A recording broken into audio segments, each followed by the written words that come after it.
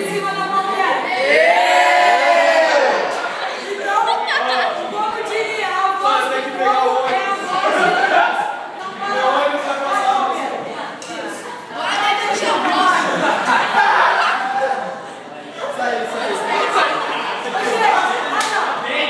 vamos lá de novo. Não foi muito fraco.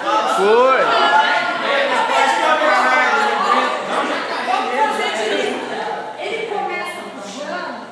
Nossa, você tá falando melhor.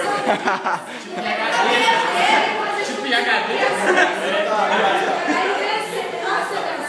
Você faz assim, ó, eu sou o cara, eu sou o perigo, o fortão, daí você Você cala a boca. Gente, última chance pra esse jornal no colégio do Zero.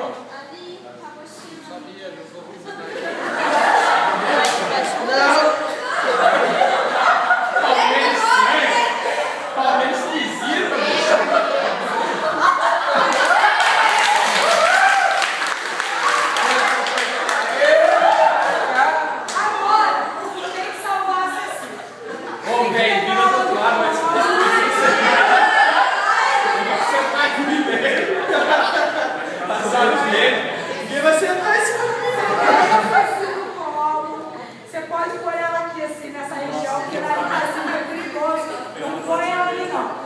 Não, professora. Ele é inofensivo. Ele é broxa.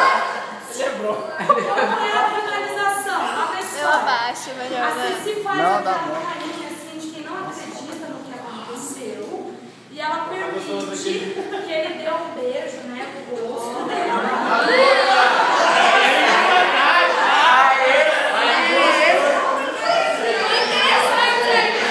E pra finalizar, eles dizem que as águas embalaram, né, aqueles dois que anteriormente se gostavam de mãos. Gente, a gente finaliza dela, mas deixa eu finalizar a explicação.